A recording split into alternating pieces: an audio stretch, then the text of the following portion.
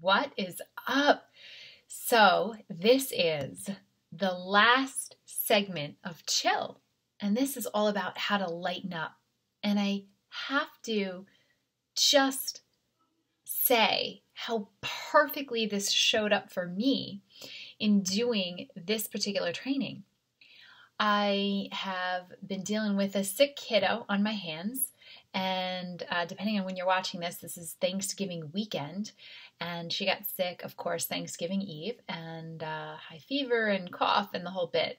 A little upper respiratory virus, I think, is what the doctor said. And you know how that goes. If you're a mom, it makes you a little bit stressed and run down yourself. And so I've been running around craziness of Thanksgiving and then working a big portion of the weekend and trying to scramble and change my schedule around so I can take care of her. And long story short, today, which is Sunday, I was like,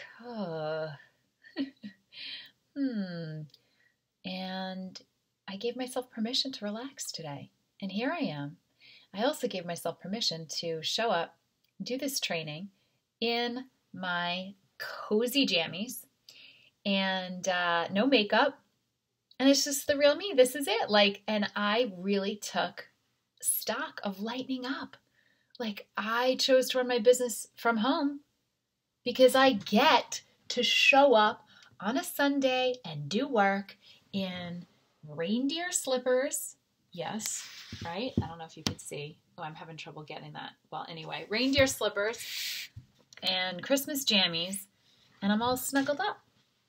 I've been at the fire all day, working and watching Christmas movies, and it feels really good. So that is the topic of this training. So in Chill, if we reflect back, everything has built on itself, right? You've really taken the skill of contemplation and hopefully implanted it in your daily ritual, right? And you have learned how to amplify your heart and really come from that heart space and tap into the frequency of love energy and faith. And then you learned how to do intuition intervals after that. And then last week we talked about leaning into fear, right? And it all comes back to how do you relax into your best life? Because from that place, you claim your health, okay? You pre-program your cells for health so that your body shows up and supports you in your dreams, in your life, right? And not just kind of feeling like you're a bitch to circumstance all the time and you're a bitch to conditions that you feel like you have no control over. So lighten up. This is it. It's going to bring everything full circle. And the bottom line is don't take yourself so seriously. And I can really speak to this because this was my jam. Yes, I'm a silly person. Yes, I've always been silly. But because when I was a kid, I was so silly and I was so out there, I think that I somehow took on the belief that in order to be smart, you had to be serious. And I spent decades hiding my silliness. And what it did was it made me sick.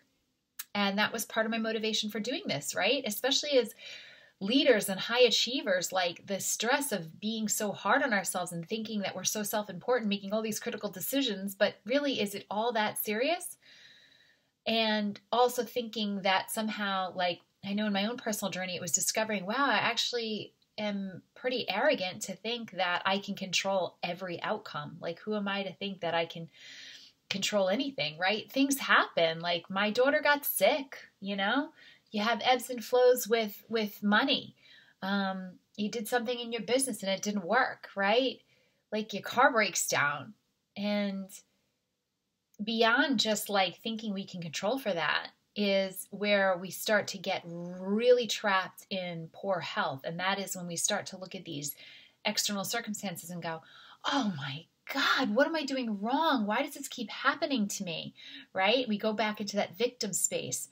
And that's definitely not where we want to head. Instead, it's really stop and reposition this question that we're saying, what's wrong with me? Why does this always happen to me? When you ask it that way, it kind of gives this illusion to yourself of grandeur, right? Of thinking that somehow you are the center of the universe. and no judgment. This isn't about judgment, but the day I realized, like, wow, that's pretty arrogant behavior was the day I owned it, is the day I was like, I get to own that quality. And now because I own that quality, I can transmute it if it's not serving me. So it's from a place of acceptance. And so the non-ego question, right? The question that we get to ask, the gift here is to say, like, okay, what am I supposed to learn from this, right? Like, what is the universe trying to tell me in this moment? And rather than like playing the victim and saying, what am I doing wrong? Or why do I keep, have all these things happen to me? It's really just stepping in, right? And saying, okay, this showed up for a reason. Can I be at peace with this? Can I just be with it? Can I be with the pain of it? Can I see that that pain is just part of being human? And I get to experience this because from here, it's all about possibility. It's all about growth. It's all about expansion, right? Events happen every single second, and we don't control them, but we do control how we respond to them. Okay, we get to choose what we believe. So I'm going to drop right into the training, and you're going to get an accompanying opportunity sheet to go with this. And here's where you get to start. Number 1, okay? So get your journals you can bust out. You can start doing this, but you are going to get the sheet to work from. I want you to make a list of all of the reasons, the beliefs, the excuses you have for not stepping into your zone of genius. And let me unpack what is zone of genius? What are we talking about? Like, that's kind of a buzz phrase, right? It's simply the zone where things feel really easy. I mean, that's it, right? When you're in your zone of genius, you're in flow, and things come really easy to you because you're in your essence. So, there are lots of different ways, because we are complex human beings, right? With higher intelligence, there are lots of different ways that you probably can step into a zone of genius. You don't just have one zone of genius, right? But it's, it when you're in it because you feel like things are effortless. You feel like time melts away, and you feel very present, and you feel very illuminated. And we often deny ourselves stepping into that place. And that's the question. Why are you not showing up in your zone of genius to help more people today? Right? Why are you not making that offer in your business or in your career for a promotion today? Even though you feel like that pull, like, I deserve this and I want this. Why are you not doing whatever it is that your soul is called to do to help humanity, right? You want to lead maybe on a big scale, and you have this big dream and you're not executing on it. Like, what is it? What is the reason? What is the belief that holds you back from not doing what you know in your soul you're being called to do to change humanity, right? That's a powerful question. Why are you not doing absolutely everything in the best support of your physical body, knowing that it's what you got, it's your vehicle, and you get to design that vehicle yourself with the choices you make about how you feel yourself, how you sleep, how you manage your stress, how you exercise and move, right? So what is it that you are saying to yourself that blocks you from doing these things? So things are going to come up, right? Like, I don't know how to do that thing in my business. I don't know where to start with, eating well. Nobody's paying attention anyway, so why would I think I would get that promotion? I'm not smart enough, or it's too hard, or I don't have time, right? These are common excuses that all of us have absolutely used. So that's probably what's going to come up. Pour it all out of you, right? Get it out. No judgment here. There's no judgment. And then you're going to go back to each item on your list. And at the end of the sentence, you're going to write because. And what you're going to do is you're going to start to call yourself out on this stuff. And you're going to start to be like, ooh, you kind of like call bullshit on yourself in a really light and really playful way. So don't overthink it. It's just like whatever comes out, write it down, right? So let's say it's, I don't know how. I don't know how because fill in the blanks. and then go down your whole list, right? And take a minute and actually look at the entire list and all the reasons that you think you can't or you shouldn't. And it's really funny because it all kind of, you'll start to see like, it's like one or two beliefs, right? It's like one or two, it's like the same redundant thing over and over again. And then it's like, interesting, you've allowed your mind to tell you why it believes that to be true. And it's like all the same, like it's not even that clever when you look at it. So the next step is to look at the big scope of your list, right? And really examine what you're accepting and be honest, because you're going to find a ton of lies in there, right? Like beliefs you didn't even know you had. A lot of excuses that you see in others. Like this was one for me. Like I always got triggered when somebody would say to me, I just don't have time. And that would really trigger the fuck out of me. I'd be like, what do you mean you don't have time? How could you not have time to do this important thing for yourself or for your business or whatever it was? You know, like how could you do that? And what I was seeing is that was spinning around in my own brain. Of course it triggered me because in my own head, I like made up this like die-hard rule that like I had to absolutely do everything and I had to make time for everyone and everything and I had to be this super duper overachiever, and that meant that I could never relax, and like every single second had to be accounted for, because if it wasn't, then I was lazy, and if I was lazy I was stupid, if I was stupid then I wasn't successful, and if I wasn't successful I wasn't going to be loved, if I wasn't going to be loved then oh my god everybody's going to leave me, right? So you get to go down this rabbit hole and see like, oh my gosh, that's so silly, right? So then now step 4 is to go back to the top of the list, right? Deconstruct each of those lies with one question. Is it true? I'm like, is it true? Like, first of all, no, I'm not stupid. And second of all, even if I made a dumb mistake, I get to learn from that. And furthermore, people that love me are going to show up for me even when I especially when I make a mistake. And I have evidence of that in my life. I have wonderful supportive people in my life. And if somebody's going to not support me when I'm hurting, then they're not worthy of being in my world. So you're going to go through. And after you say, is that true? And you look at it, right? Like, can you know with 100% certainty that any of it is true? Like, it really is very, very simple. There's no crystal ball here. If it's not true, then you realize right then and there that it is a thought and you have a choice, right? You are choosing to believe that you're not good enough because, and then you just go back and look at all of them, right? And then choose a different thought. Okay, here's the bottom line, guys. We can't know that any thought, good or bad, about the future is true, right? Because we have no certainty in the future. I mean, we can make some solid predictions about the future, but the reality is it's not possible, right? It's just, we don't know. So why not choose a thought that inspires you, right? That actually serves you in your purpose in life, that feels really fucking fantastic, rather than all those thoughts you have swirling around in your head that cut you off at the knees, that suffocate you, that choke you down and make you feel like shit. Is it starting to sound funny here, right? Because here's where you get to gain levity. Here's where you get to lighten up, okay? Allow it all to come up to the surface. Write it down. This is so key. I see this come up in my coaching all the time.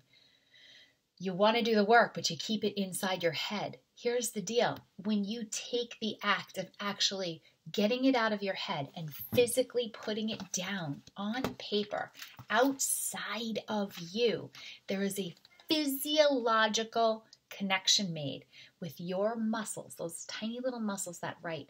There are neurotransmitters firing all types of hormones. There is an actual biochemical release when you do this act.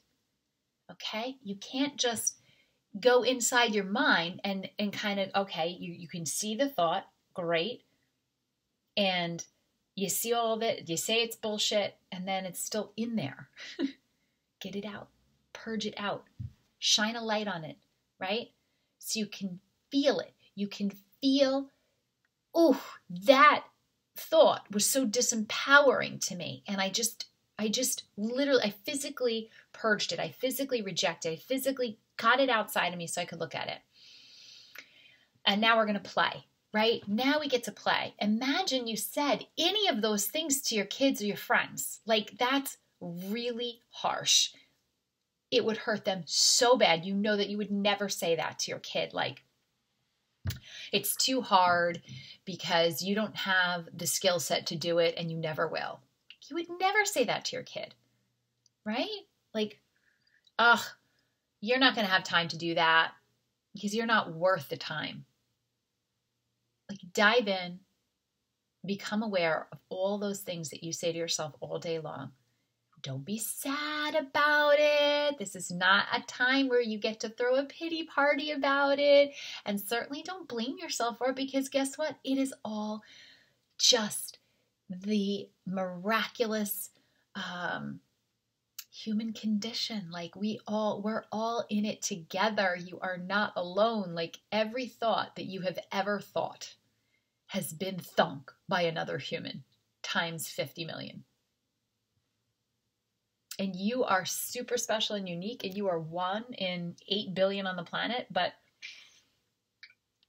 you're also human, and it's very likely that every single thought, every single experience you've had, someone else has had too. Simply shine a light on it.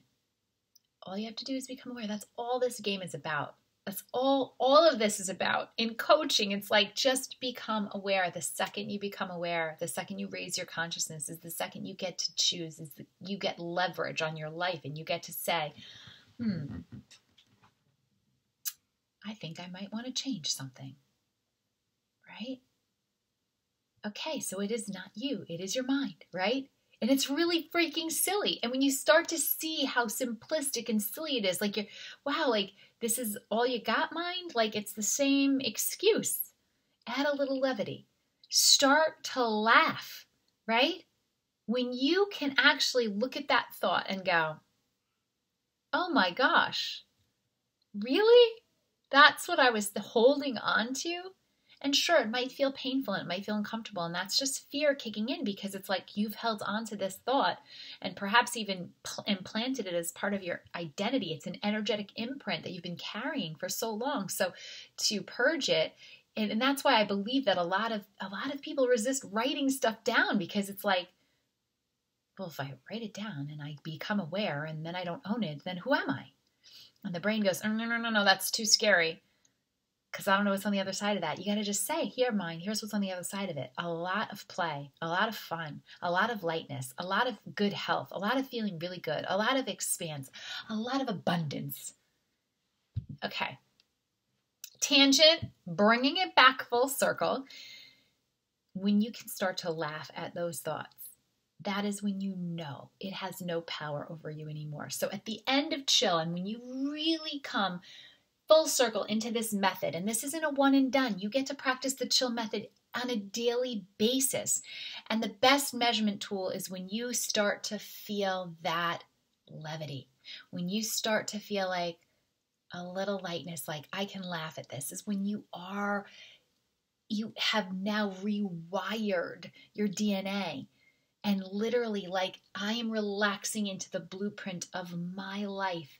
And it doesn't require me to have to compare myself to anyone or live up to some expectation that I decided was what I needed to live up to in order to prove myself and my worth. I am worthy as who I am, right?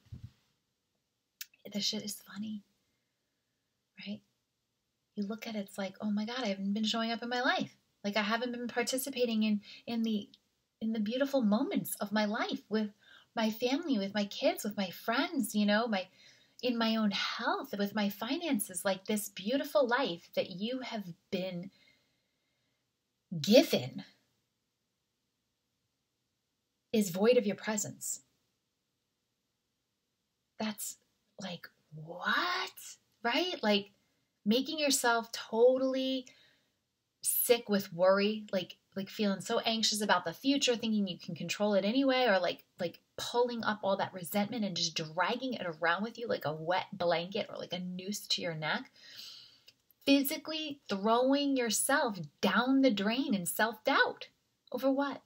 Some potential rejection, right? Like some numbers on a screen, like at your bank account, some deal that fell through that you thought you could control, some number on a scale, like really?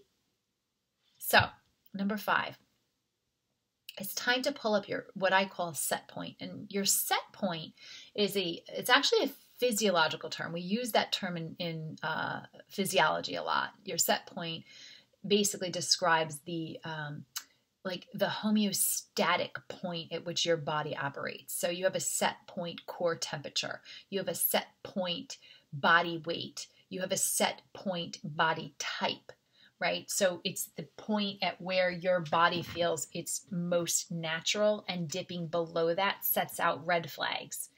And your body just wants to come back to what its natural set point is.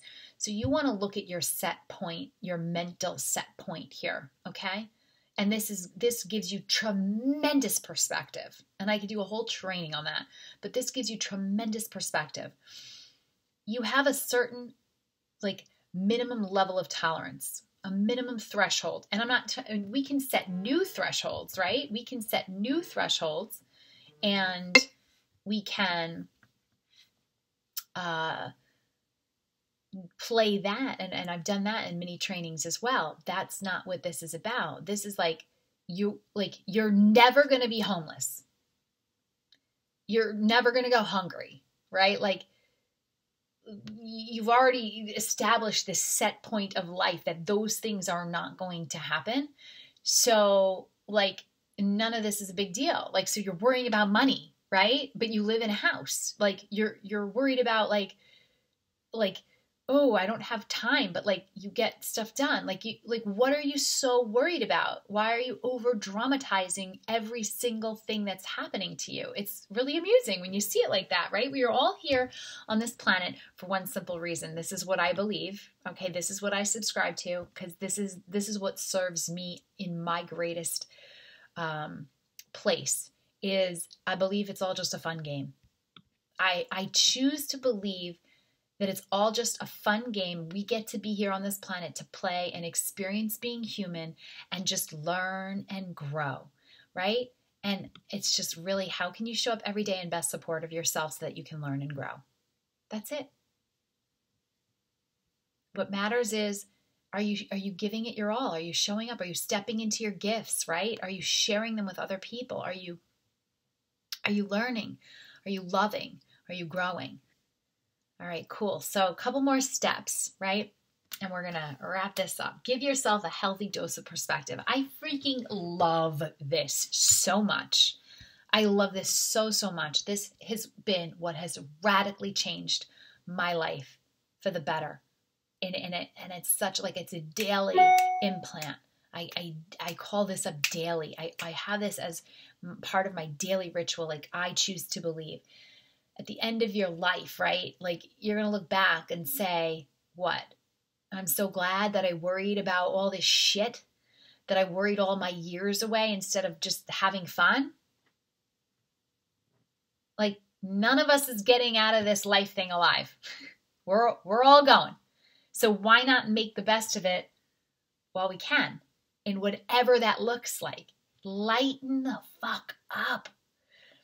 Here's your Lighten Up to go list. And it's not really a list. It's just how to lighten up, right? If there is a how to, because it's not really something you learn how to do, but I guess it is a skill. Lightening up, perhaps it is a skill. I'm going to contemplate on that. So number 1, you get to choose in every moment what thoughts you get to think. Right? You know this. We've been through this in our chill method. So why not choose what feels good? Number 2, you notice the thoughts coming in, and then you see they are making you feel panicked, low vibe, freaked out, icky, right? And I always say this, this is my bottom line question. Who chooses panic over laughter? It's who chooses hate over love? We all want to laugh. We definitely don't want to panic. We all want to be loved. We definitely don't want to be hated, right? It's just okay, break it down like that. So you notice the thoughts, you see that they're making you feel panicked. Okay, cool. You pull them out, right? Adopt these new things. Look at your thought like in fascination. Isn't that interesting that I'm fighting myself? I want to live in laughter and joy, yet I am actually creating a thought that makes me feel panicked. I am creating a thought like, oh my God, what if I don't fit into my skinny jeans? And oh my God, I don't want to step on the scale. And oh my God, I don't want to look at my bank account. What if I have no money left? Oh my God, I'm never going to make any money again. And oh my God, what if I get really sick? And what am I going to do? And I'm going to have no one, right? Like, what are we doing to ourselves is that we're actually calling all those things in. And we go into this fight with ourselves. But instead, when you notice that fight coming up, you can just look at it, say it's interesting, make it a joke. Okay, all right. I'm thinking worst case scenario here, and I can't predict the future. It's not life and death. Right here, right now, in this moment, I am safe. Okay? Number 4, when you panic, you get something out of it. It keeps you in fear and it keeps you small. So there's no judgment, right? Again, gain some perspective. You panic because you believe you're getting something out of it.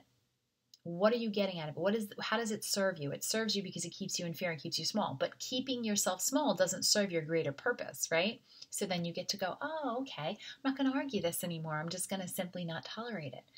When you judge yourself, you get something out of it too. It keeps you in fear, and your mind goes there with the sole reason of trying to protect you from the unknown. So now you see it. You're like, oh, I get it. Thank you, mind, for trying to protect me from the unknown. But here's what I know. I know that I am heading down the path to my freaking epic life, and it's going to be fantastic. It's fantastic right now, just learning it.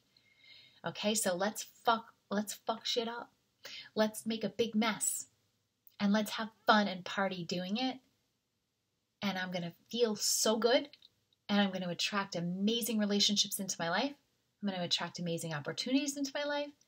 And it's going to get to feel really awesome. And it's going to get to be easy. And I'm going to live in exquisite health because I'm not fighting my own body through it. Levity is king. Step back, especially when you feel like you are gripping on so tight. Just step back and take a minute and just laugh at yourself. There's nothing to even argue about, right? You want to let the painful thoughts go, right? Like every time you argue with it, you pick it up and you give energy and attention to it, which keeps you in it. So that's really important. I speak to that about the judgment. Okay, what I just said, like right now you're judging yourself. You have the thought and then you're like, I can't believe I'm thinking this again. But remember, it's what your mind is doing. The benefit is your mind is putting you in that fear-based thinking because it's trying to protect you from the unknown. Now you see it, right? And you can let it go. And you simply just don't pick it up. Oh, I see you thought. No judgment. I love and honor that thought and I understand why it's here. It's here just to protect me. Okay, now you have totally changed the energy around it. You've dropped this attention that you keep feeding to it, which does what? It dissolves it. Look at it like this right now. This is something that I do a lot. When I feel like I'm gripping too tight and I'm like going into that mode of like panic, I'm like, oh, Diane, you are such a panic freaking rock star. Oh my God, you are like the best panicker in the world. You're so good at freaking yourself out. Wow. And then they're like, how can I not laugh when I say that, right? Like, that's really funny.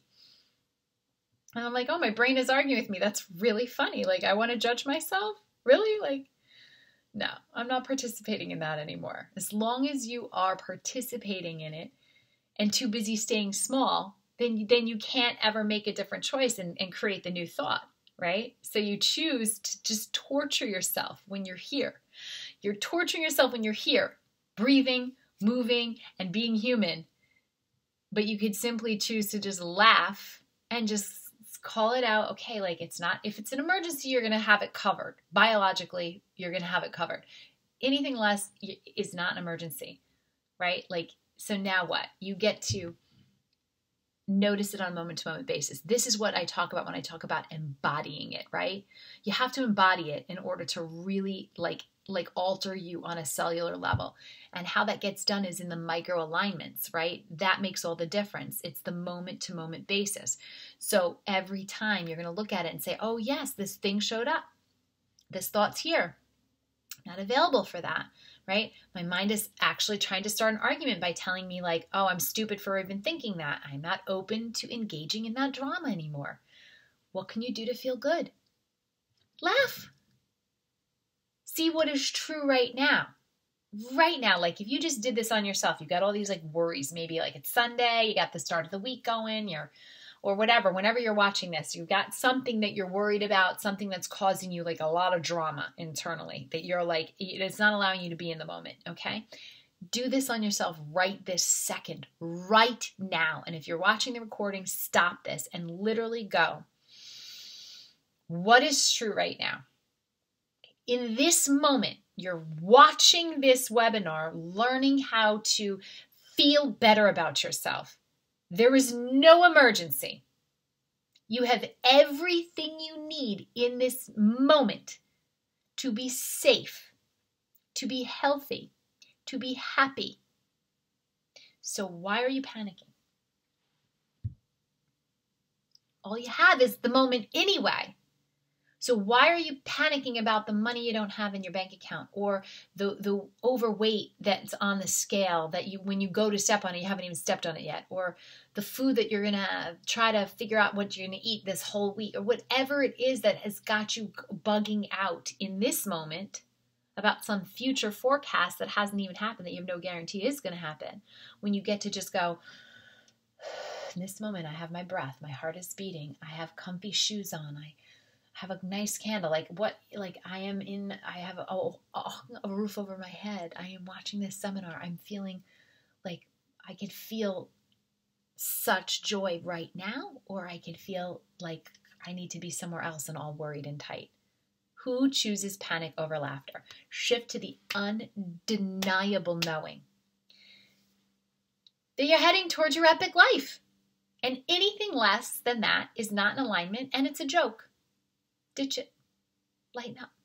That's all we're going to, we always have that choice, right? I'm going to wrap up by saying this. My grandmother said it best. My Irish grandmother, she said, if you can't laugh at yourself, you got nothing. And I definitely totally try to live by that. I haven't always. All right, that's all I got, kids. Rock it out. Peace out. Make sure you freaking laugh with yourself, right? No judgment. Much love. Peace.